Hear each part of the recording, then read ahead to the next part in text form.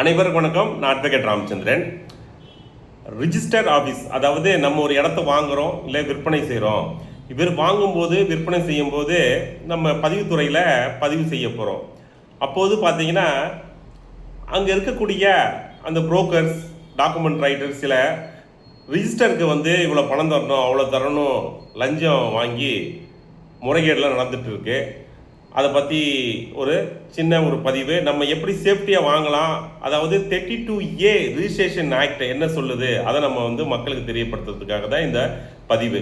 அதாவது 32A registration act பற்றி பார்த்தீங்கன்னா, வாங்குவர் விற்பவர் இந்த ரெண்டு பேருக்கும் உடைய நடவடிக்கை. சப்போஸ் அந்த விற்பனையாளர் வர முடியல, அவங்க ஒரு பவர் ஆஃப் அட்டார்னிக்கு ஒருத்தர் கொடுக்குறாங்க. அவர் ஒரு முறைகேடு பண்ணிட்டார்னா முதலெல்லாம் அவரே முறைகேடு பண்ணுவார். அவர் எல்லாருக்கும் விற்பனை செஞ்சுறாங்க. இப்போ பார்த்தீங்கன்னா 2014க்கு மேலே அந்த முறைகேடெல்லாம் தவிர்க்கப்படுகிறது. இந்த செக்ஷன் பார்த்தீங்கன்னா 32A ரிஜிஸ்ட்ரேஷன் ஆக்ட் படி பவர் ஆஃப் அட்டார்னி பார்த்தீங்கன்னா ஒரு ஏஜென்ட் தான் அவங்க, தவிர அவங்க எக்ஸிக்யூஷன் பண்ண முடியாது, எக்ஸிக்யூட்டர் கிடையாது அவங்க. இதை நீங்கள் நல்லா தெரிஞ்சுக்கணும். அதே போல் உங்களை ஏமாத்தினா நீதிமன்றத்தில் உடனே நீங்கள் வழக்கை தாக்கல் செய்யலாம். மறுபடியும் பார்த்தீங்கன்னா செக்ஷன் 32, 35 இதில் அந்த ஏஜெண்ட்டை ஆத்தரைஸ் பண்ணுற அளவுக்கு இந்த செக்ஷனை அந்த உரிமையை அந்த ஆத்தரைட் பண்ணணும். அப்போ தான் அவங்களுக்கு அந்த எலிஜிபிலிட்டி கிடைக்கும்.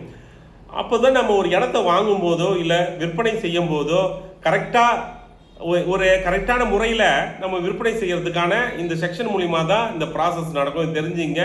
அதே போன்று உங்களிடம் ரிஜிஸ்டர் இவ்வளோ பணம் கேட்குறாங்க, இல்லை இந்த ரிஜிஸ்டர் பண்ணுறதுக்கு முடியாது, லேட் ஆகும், இப்படிலாம் சொல்லி நிறைய பேர் பணம் கேட்பாங்க.